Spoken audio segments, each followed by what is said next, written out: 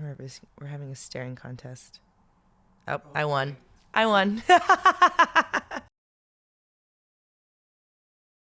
What's good, everybody? My name is Alex, and welcome to Higa's Playbook, the show that talks about sports, dating, and all things life as a Seattle girl living in the Bay.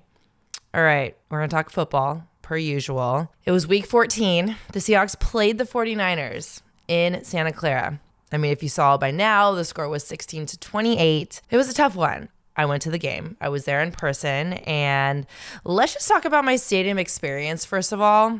We went to Levi Stadium. It wasn't planned. My friend Jonathan, who has been helping me with my content, the man behind the camera, and I were like, oh, let's go down and get some content, like interview some of the Seahawks fans at the tailgate, and then we end up going to the game, which was super fun. And let me just tell you, Niners fans roll deep. Like, I already knew y'all are diehard. I already knew that you just love to talk a lot of shit, and I already knew that. But y'all roll deep to the tailgate, which is super fun to be around. The environment's fun. The music is going. Bay Area has always the best kind of music outside of the stadium and also inside of the stadium, which I loved. Definitely a sea of red.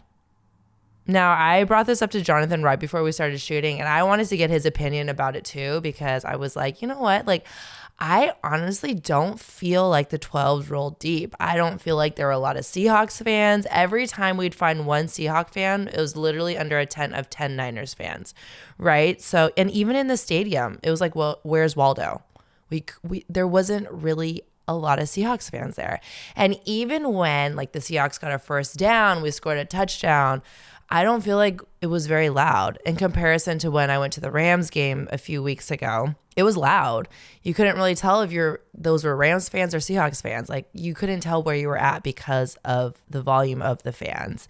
So that's one thing that I noticed. Another thing that I noticed that was super funny was that there's a lot of Seahawks and Niners split households. There was a lot of either or was wearing a Seahawks jersey and a Niners jersey. It was really funny. I wish I took and interviewed more people about that, because I didn't really notice that until we were actually in the stadium and sitting down. But there was a lot of split households, and you know, it's very common nowadays. It's very common nowadays for other kinds of split households. The rivalry is definitely there. We were lucky to get on the field before the game. I saw a couple old friends. I saw Bobby, and then I also saw Rod, the photographer for the Seahawks. So happy that I got to see them before the game. As a fan watching a football game, this is just my experience. I have a really hard time watching games in person. We had really good seats too, but I was still not sure where the ball was. Because I don't know. I think it's because I'm trying to look at the entire field, and it's really hard to look at the entire field but then actually see where the ball is going and then actually see where the ball is running to or thrown to. And there's just so much going on that I think for me, when I watch it on TV, it's a lot easier because the camera goes to where the ball is. So my eyes are trained to watch it on TV. But I feel like also too, you miss a lot of calls. You can't really understand the refs. Like, there's a lot of things happening. There's a lot of distractions, lots of fans talking shit to you. Overall, obviously it was a very fun game to go to, but we lost. So it was really shitty. The Seahawks are coming off a 4-game losing streak now. This is the first 4-game losing streak that Pete Carroll has ever had in franchise history. It's not looking good. And Geno didn't play. We didn't know that until 30, 45 minutes before the game. We didn't know Geno was playing. He hurt his groin in practice on Thursday. And you know, as you get older, injuries are not the same. You can't bounce back at them as quickly as you could if you were like 21, 22. But Drew Lock went in there. He did his best. He actually played a lot better than I thought he was going to play. And I think maybe because he wasn't just thrown into the game in the middle of the game, he actually had a little bit of time to actually mentally prepare himself to step into his first start. It actually went a lot better than I thought it would have. I mean, the first play of the game, though, what did I say in my last podcast? We need to stop the run. If we don't stop the run, we're not going to be able to win. First game, first drive, Christian McCaffrey, 70-plus yard run. We're lucky he got tired. We're lucky he didn't want to finish the rest of that run to score a touchdown. But then the very next drive, they scored a touchdown. So it was 2 plays in that drive for a score. Luckily, we answered back and we scored a touchdown as well. And I was like, okay, we're here to compete. We're here to play. We want to win this just as much as the Niners do. Okay, let's go into some stats before we get into some other topics of discussion. All right, so Drew Lock was 22 for 31, 269 yards, 2 interceptions. We're lucky it was only 2. That's all I got to say. Zach Charbonnet was our leading rusher. He only had 9 carries for 44 yards. Tyler Lockett was our leading receiver with 6 receptions and 89 yards. DK had only 2 receptions, 52 yards, and also a touchdown. So total, our team only had 324 yards, 253 were passing, 70 were rushing, 17 first downs, 4 sacks allowed. Time of possession was the same. If you look at the numbers side by side, without looking at the score, you would think that this game was a lot closer than it really was. Obviously, the Niners had a lot more total yardage than we did. I mean, 3 of their players had over 100 yards. And so that was pretty much our team's total yards. Their 3 players versus our team. So that's where they killed us right there. Okay, so I mean, the game wasn't pretty. Obviously, there was a lot of emotions going on. It's a rivalry game. It's always heated when the Seahawks play the Niners. It's always a heated game, right? It's heated between the fans. It's heated between the players. It's just one of those games where you got to go in and you got to know it's going to be heated. You got to mentally prepare yourself for people talking hella shit to you. You got to prepare yourself for people playing dirty. You got to prepare yourself for things like that because it's going to happen and you know it's going to happen. Some things that I really want to talk about right now is the team morale and the leadership of the team. We don't really see a lot of it. We see players coming off the field, slamming their helmets, which is great. Like, you're passionate about the game, you're frustrated. I get that. It's the reactions, I think, that we're talking about too. A lot of people have talked about this. A lot of people, have tweeted about it, and it's not always a person who punches first. I mean, I understand you got to protect yourself. And yes, I was raised to protect myself and I was raised to stand up for myself too. But it's different when you're playing a team sport, right? When you're playing a team sport, it's going to hurt your team. So everybody knows Fred Warner got an interception. DK WWE body slammed him to the ground. That was a penalty. But then after that, Fred Warner, yes, he did push DK's head into the ground. But what does DK do? He gets up, he grabs his face mask, exchanges a few words, and then other people got into it and it just became this whole thing. It's the reaction, and it's like, you have to know this type of shit is going to happen to you in a game. Like, you have to know that. And it's not the person who throws the first punch that gets penalized and thrown out of the game. It's the person who reacts to it. And word on the street is Shanahan, they knew this about DK. They knew that he was a hothead. They knew that he'll lose his temper. They knew that if you can get under his skin, he will react and you're just going to get in his head and he's not going to play as well. And he kind of, gave a little incentive to his team. So word on the street is, and whoever could get in his head, he's going to buy them a Christmas gift. So Fred Warner obviously won a Christmas gift from Shanahan. And I hope that they share with the media what this gift is because now everybody wants to know, myself included. With all that being said, I feel like we have a lot of egos on our team. I don't feel like we're playing as a team.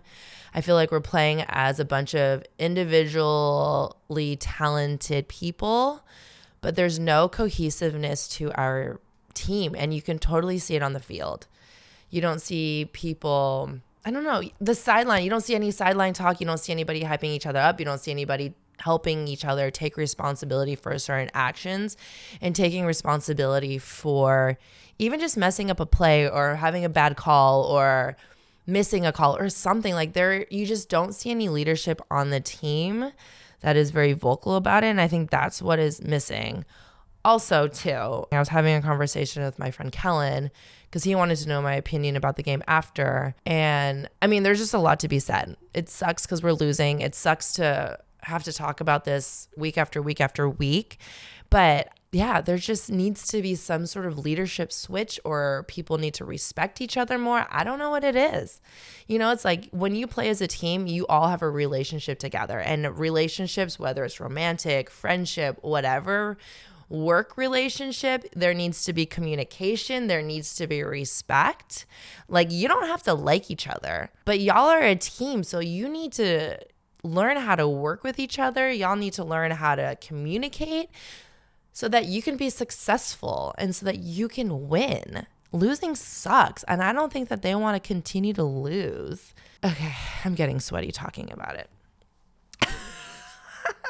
Whew, I know we get emotional. I'm a very emotional person and very sensitive person too, but we can't take this shit personally. We need to move on to the next play, and we just need to figure out what we need to do to get first downs, to get touchdowns. We just need to come together. We need to come together as a team, and we just need to figure it out. Next week, we got a Monday night game. We're playing the Eagles at home. Jalen Hurts and the Eagles. It's a bird versus bird game, I guess you can say. We're playing a lot of birds the last few games. I honestly think we have a good shot of winning.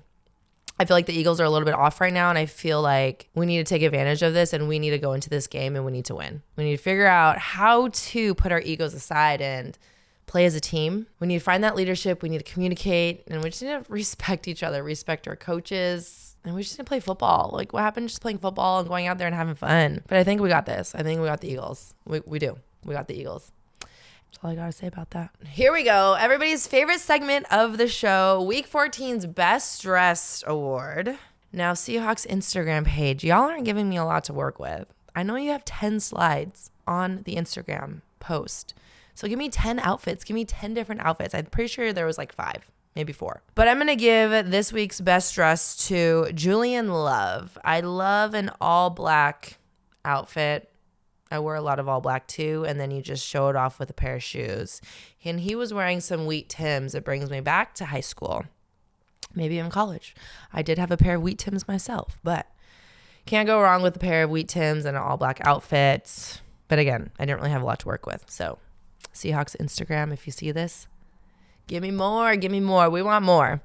Also, I'm going to give an honorary shout out to a Seahawks fan. His name is Jonathan. He was wearing this really dope leather Seahawks jacket, and he said it was a gift. He got it as a gift. And a fun fact about him, he's from Southern California, and he actually did a report on Seattle when he was in middle school. And then since then, he was a Seattle Seahawks fan. So shout out to Jonathan. Loved your jacket. Thank you for letting me interview you two for my mini mic series. All right. Also, I want to give a shout out to my good friend KJ. These are his hoodies. He still has some black and blue sweatshirts available. So go get your sweatshirt. I'll put the link down here in the bio. Get your KJ all day hoodie and represent. They're very comfortable. The quality is super nice and they're comfy. Great for winter. Let's check the hood size. Oh, pretty good. And I'm wearing a bun. So if you're wearing a bun in the back, you still got lots of room. Covers. Ooh, it goes down to my eyes. Okay, perfect. We love a big hoodie because sometimes, they just don't. But now they're making them bigger. So go get your all day hoodie. They're cute. All right, y'all. I think that's all I have to say. Losing sucks. So let's go out there, get that win. Let's just play some football and have some fun. Hit people. We didn't talk a lot about the defense today, but please hit somebody. Make some tackles. You got this. Find that confidence. Watch that film. And I'll see y'all next week. Love ya. Bye.